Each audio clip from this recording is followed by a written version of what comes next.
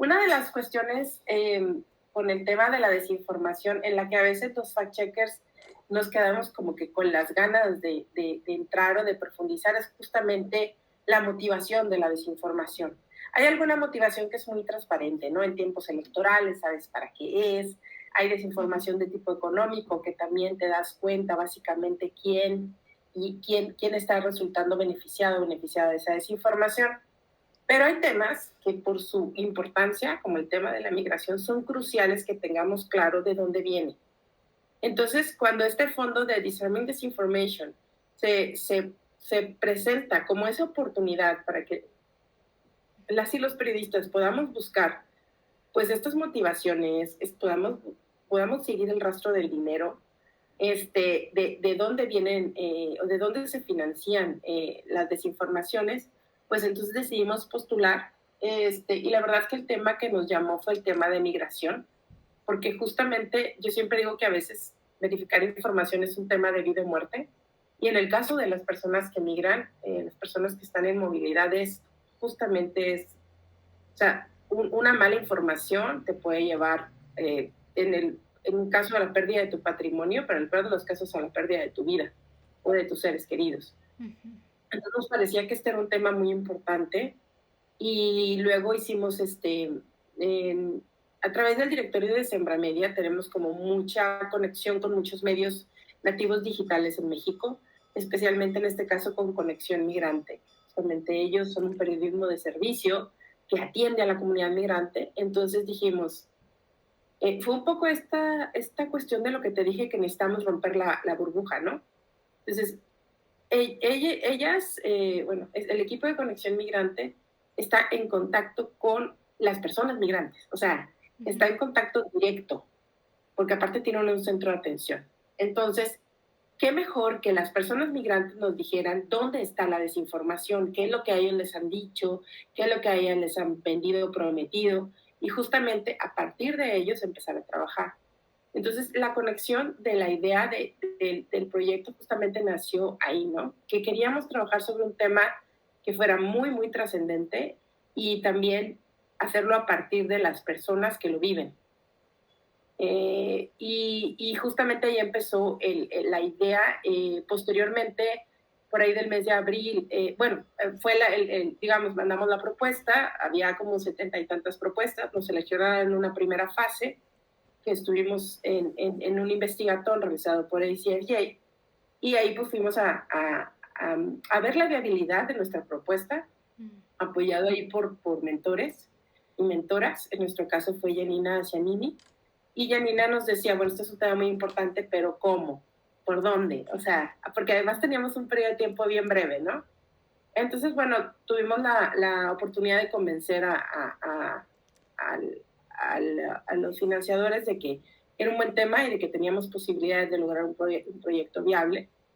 Y bueno, así fue como obtuvimos el recurso para finalmente regresar y plantear cómo íbamos a trabajar, sobre todo porque eh, una de las cosas que pasó es que pues teníamos muy poco tiempo, Ujú. solo 2 meses para generar este proyecto. Bien poco. Y bueno, y la primera cuestión buena que pasó fue que además hicimos una alianza con la Associated Press, que tienen pues una posibilidad de difusión muy, muy grande a través de una de sus corresponsales en México, Abril Mulato, que también fue una de las reporteras de la investigación. Entonces, pues a partir de ahí, después se unieron otros 2 equipos, PolitiFact y Data Pop Alliance. Al final fuimos 5 equipos de trabajo coordinados por mí Mm. en el tema editorial. Y bueno, pues seguimos la consigna, ¿no? Ir a buscar la desinformación hacia sus principales, digamos, esa audiencia que se estaba targeteando. Ujú. Y lo que hicimos fue acudir de manera personal a los albergues, a los espacios de que frecuentaban las personas migrantes en Tijuana, Ciudad de México y Ciudad Juárez. Ya. Y ahí recabamos la información y a partir de ahí, de determinar cuáles eran los temas más sensibles, comenzamos el desarrollo de la investigación. Ya. Oye, Daniela, justo ahorita que me acabas de mencionar todos los medios que colaboraron, si me puedes comentar cuántas personas en total se vieron involucradas en este reportaje ¿Y de qué disciplinas? No sé si todas las personas fueron fact-checkers o hubo, No, por ejemplo, visualizadores, desarrolladores. ¿Me puedes contar claro. las disciplinas? No, claro. Fíjate que yo creo que una de las grandes ventajas de este proyecto fue justamente tener personas de diferentes disciplinas, ¿no? Nuestras colegas de Data Pop Alliance son investigadoras, analistas de datos, personas que buscan y bajan información de redes sociales. Por ejemplo, ya les debemos esta parte donde investigamos a los TikTokers y a los coaches de migración que dan consejos en TikTok a través de este rastreo de las redes que saben hacer las personas que tienen estas disciplinas, ¿no? De la búsqueda, del análisis de redes. Tuvimos un equipo de reporteras de tierra, o sea, de las que van y buscan, como Abril Mulato, como Angélica Villegas, como Gabriela Martínez, que estuvieron in situ. Y bueno, de parte del equipo de verificado, nos pusimos nosotros justamente a hacer pues, la verificación de datos de los temas, ¿no? También participamos en la investigación y después Mónica González y un equipo de personas, la fotógrafa y productora audiovisual Mónica González, eh, ella, digamos que diseñó todo el tema de la imagen, los videos, la ilustración con su equipo. Entonces, creo que eso fue lo que también ayudó mucho, que tuvimos un equipo muy, muy especial de personas. Irónicamente, el reportaje tuvo que ser evidentemente fact-chequeado por una persona externa. Y bueno, buscamos a un fact-checker que viera toda la información y que hiciera las correcciones. Entonces, la verdad es que fue un equipo grande y un equipo muy, muy multidisciplinario. Ya, claro. Ok. Oye, Daniela, veo que realizaron un análisis exploratorio de mensajes en grupos públicos de WhatsApp utilizando la plataforma Palver. Lo vi Sí. ahí. Ah, ok. No sé si me puedas contar un poco de esto, para empezar, qué es la plataforma Palver para quienes no la conocen y, y cómo se llevó a cabo este proceso. Sí, mira, yo te voy a ser honesta, igual si quieres te puedo ampliar esa información más adelante, Ah, ok. porque justamente fue el equipo de Data Point Alliance quien trabajó con esta herramienta. Nosotros cuando fuimos al Investigatón conocimos esta herramienta porque fue desarrollada por un equipo de los que justamente también tuvieron la oportunidad de ganar un grant. Pero básicamente en lo que se centra es en poder rastrear palabras clave, términos clave en grupos públicos de WhatsApp. Esta herramienta está ahorita, básicamente, la usamos de un modo muy exploratorio porque apenas se está utilizando en español. Fue desarrollada por colegas de Brasil. Entonces, digamos, la inteligencia artificial está más educada al portugués, pero pues justamente con el uso para investigaciones como la nuestra es que esta herramienta se va ligando al uso con, con otros idiomas. El único requisito es que los grupos de WhatsApp fueran públicos para poder entrar. Se entra a través de otras líneas, o sea, no de tu propio número telefónico, lo cual es útil, porque una de las cosas que sucede, porque también nos metimos a grupos de WhatsApp privados, pero eso puede ser algo riesgoso para la seguridad personal. Entonces, por eso nos decidimos por hacer esta exploración con Pablo, ¿no? Pero básicamente funciona con grupos públicos y a través del sistema que ellos tienen hace que no necesariamente tengas que utilizar tu número personal y pues esto es muy útil para no tener situaciones de seguridad digital. ¿Esta herramienta es de acceso gratuito o es privada? Es privada, pero existe la oportunidad para consorcios de periodistas que quieran utilizarla. Si quieres, luego te paso el dato del colega para que también estaría padrísimo que lo entrevistaras. La han estado desarrollando a través de proyectos y de grants, etcétera. Y sí la tienen, digamos, sí hay un costo por el uso, pero también, digamos, los usuarios que pagan, de algún modo también ayudan a financiar el uso de la herramienta para usuarios que no pueden pagar. En el caso de nosotros fue un uso sin voluntario, sin cobro, y está pensado, según lo que dicen los desarrolladores, para también apoyar el periodismo de investigación sin necesidad de hacer un pago para quienes no lo tengan, ¿verdad? Quienes la crearon son Data Pub Alliance. No, es otra organización, solo que Data Pub Alliance fue quien hizo la conexión con ellos y solicitaron el uso de la herramienta. Ya, ok. Daniela, también consultarte sobre el sondeo. Veo que realizaron un sondeo para poder detectar qué son los modelos de negocio donde se genera la desinformación. ¿Cómo pensaron y llevaron a cabo este sondeo? Sí, bueno, como te comentaba, pues como nosotros queríamos esto de romper la burbuja e ir directamente con las personas, nos pensamos primero en ir de manera presencial, ¿no? Y ya que hicimos recabar la primera información, al final del día, si bien ya teníamos como que definidas ciertos parámetros muy evidentes, también lo que sucedió es que pues queríamos más datos, queríamos más información. Y entonces justamente aprovechamos la comunidad de Conexión Migrante para preguntarle directamente a las personas si les había pasado, cuándo, cómo, qué cosas les habían dicho que no eran verdad, si les habían cobrado, cuánto les habían cobrado, si habían, digamos, caído en desinformación más de una vez. Y hicimos una serie de preguntas de opción múltiple, diseñamos la encuesta, pero también decidimos dejar un espacio abierto justamente para poder capturar la mayor cantidad de comentarios de manera libre que nos sirvieran para construir la narrativa de justamente cómo es que sucede.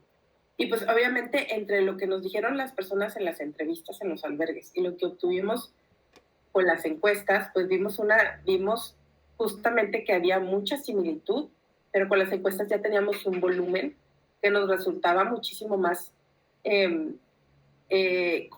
contundente para decir, sí, este es el modo, ¿no? Y sobre todo ver que no había un modo, había muchos modos de generar recursos. Al final del día, y esto es muy duro de decir, pero al final del día, y sin proponérselo, las personas migrantes financian la desinformación que reciben al seguir pagando por estos servicios y por estos productos, y entonces las personas solamente tienen que invertir, no sé, $50 en publicidad en Facebook para que los ganchen, porque además, a veces incluso sin invertir dinero en publicidad, simplemente la gente empieza a buscar y va a dar con estas personas, ¿no? ¿Qué experiencias o aprendizajes concluirías, Daniela, de llevar a cabo este proceso y también desde la coordinación de hacer periodismo colaborativo que corrió a tu cargo? Si tal vez tuvieras que compartir esos aprendizajes o enseñanzas de llevar a cabo la coordinación de este proceso de trabajo, ¿en qué puntos podrías centrarlo? Yo creo que lo primero sería en conformar un equipo de trabajo o si ya lo tienes conformado, o si ya lo tienes conformado y no puedes elegir. O sea, yo diría conformar un equipo de trabajo multidisciplinar. Si no tienes esa oportunidad, entonces aprovecha las ventajas que hay en cada persona de tu equipo. Aún y que todas seamos periodistas o todas hubiéramos sido algo en específico, sí tendríamos como que ciertas capacidades que son distintas. Entonces yo creo que esto es mi ideal. Primero ver si puedes integrarlo, disponerlo de esa manera, si no lo puedes integrar, acomodarlo de esa manera para que puedas recibir lo mejor de cada persona. Lo segundo yo creo que es que necesitamos salirnos del home office, salirnos de la computadora, salirnos de los expertos o no concentrarnos solamente en ellos, ¿no? Tenemos que salir a buscar las historias de manera personal y también de manera digital. Tenemos que salir a consultarles a las personas porque ellas y ellos son quienes están recibiendo la desinformación. Yo creo que es uno de los principales, para mí, de los principales aprendizajes es ese, ¿no? Como te decía, ahora que me preguntabas qué era lo difícil de hacer fact-checking, es buscar la desinformación, ¿no? Entonces, qué mejor que buscarla con las personas que la reciben. Y después, pues la organización, tener pautas muy definidas, cuándo y cómo van a ser los entregables, y después qué es lo que se va a hacer, cuál va a ser el papel que va a jugar cada persona y también hacer a todas las personas colaborar de una parte de su proceso, ¿no? Porque, por ejemplo, cuando empezamos a ver que las tendencias eran un poquito distintas en cada lugar, por ejemplo, en Juárez estaba esta cuestión de todo el negocio que hay alrededor de la estancia de los migrantes acá, y como ya teniéndolos ahí, como era que eran como una audiencia cautiva para seguirles engañando y para seguirles sacando dinero.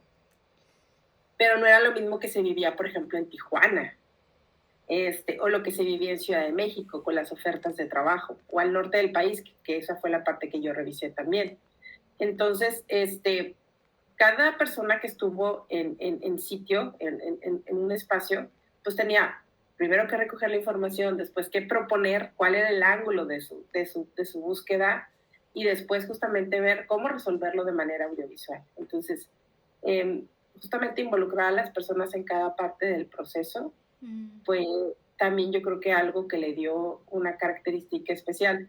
Porque si bien nosotros hicimos un gran texto, que fue el texto que circuló en mayor medida en su versión en inglés y en español, también hicimos textos muy específicos como para esas historias que contábamos en el tema central, desarrollarlas más a través no solamente de una nota, sino también del lenguaje audiovisual.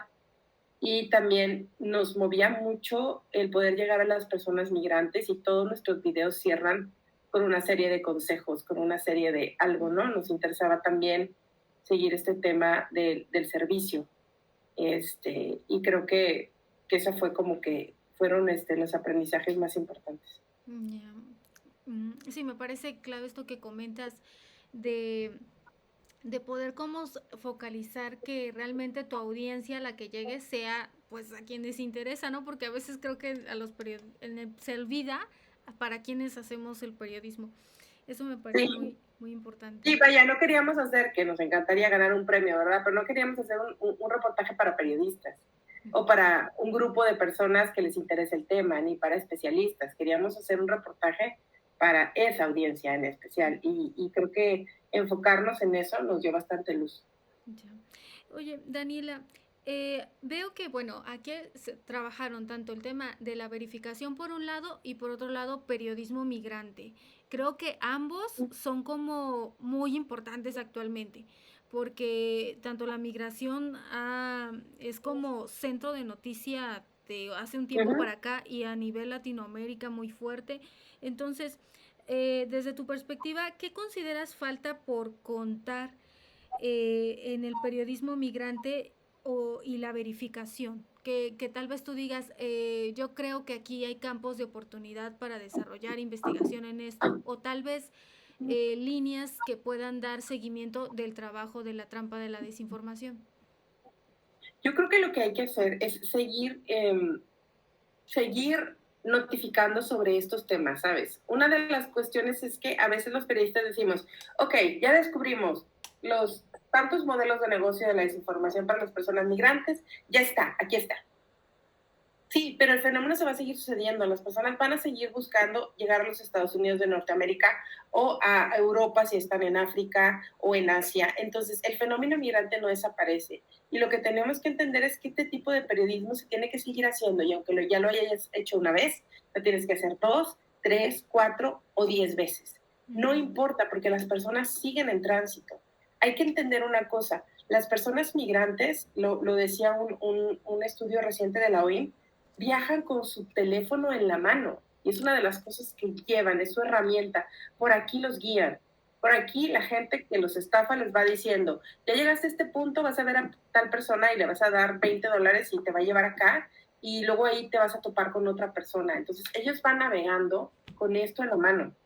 A veces pierden hasta sus identificaciones personales, pero cuando logran hacerse algo de dinero, lo que hacen es conectarse con su familia, con las personas que tienen en el otro lado, y con las personas que les ofrecen servicios. Entonces, creo que una de las cosas es que no hay que parar en entregar ese tipo de información de manera recurrente y buscar todos los mecanismos a través de los cuales las personas pueden ser desinformadas y posteriormente engañadas, ¿no? Porque, como lo decíamos, pues pueden perder su dinero y a veces su patrimonio porque venden todo para irse. pueden perder patrimonio, pero también pueden perder un ser querido, pueden perder la vida, pueden ser víctima de abuso sexual, de trata de personas, de explotación laboral. O sea, los riesgos son muchos. Y los riesgos son muchos porque aunque existe información clara sobre las posibilidades de migrar, pues es difícil, no es accesible para las personas meterse a las páginas a veces del consulado, de la embajada. Entonces, es algo que se tiene que seguir diciendo, ¿no? Que se tiene que seguir publicando. Y creo justamente que hay que entrar en ese tema constantemente, no soltarlo. De hecho, nosotros a partir de ello recibimos una invitación por parte de Voz de América para Sí. publicar un contenido semanal sobre migración y desinformación. Entonces, empezamos la semana pasada, de hecho ya se publicó el primer contenido sobre todo lo que te dicen de la herramienta de la aplicación para el CBP One. Hay un chorro de cosas desinformantes sobre la aplicación y ya hicimos la primera nota y estamos justamente, de hecho yo estaba editando en la mañana la nota número 2 y vamos a estar trabajando con Voz de América porque este es un tema muy importante y hay que seguir. Oye, de este reportaje entiendo se centraron en Tijuana, Ciudad Juárez, Ciudad de México y Florida, ¿no? Pero así como te escucho, entiendo que es un tema que bien se pudiera como aplicar específicamente, no sé, Guatemala, Honduras, o sea, yendo un poco Claro. más abajo, ¿verdad? Sí, claro, o sea, de hecho nosotros queremos seguir trabajando con la frontera sur porque estamos viendo ahora, por ejemplo, el tema en Chiapas y todo lo que está pasando también en Guatemala. Y también hay otras fronteras de las que no se habla tanto en México como la de Coahuila. El pedacito que tiene Nuevo León de frontera también es un territorio, digamos, como es menos vigilado, porque, por ejemplo, la frontera que tiene Nuevo León con Coahuila es el interpuerto, es una cuestión de territorio de carga, de trailers, de otra cosa, ¿no? Pero también, o sea, la vigilancia está muy centrada en la aduana Sí. y no en otros espacios, ¿no? Lo mismo pasa con Coahuila. Y creo que tenemos que mudarnos tanto para el más al norte del norte, como, digo, más al noreste y como al sur.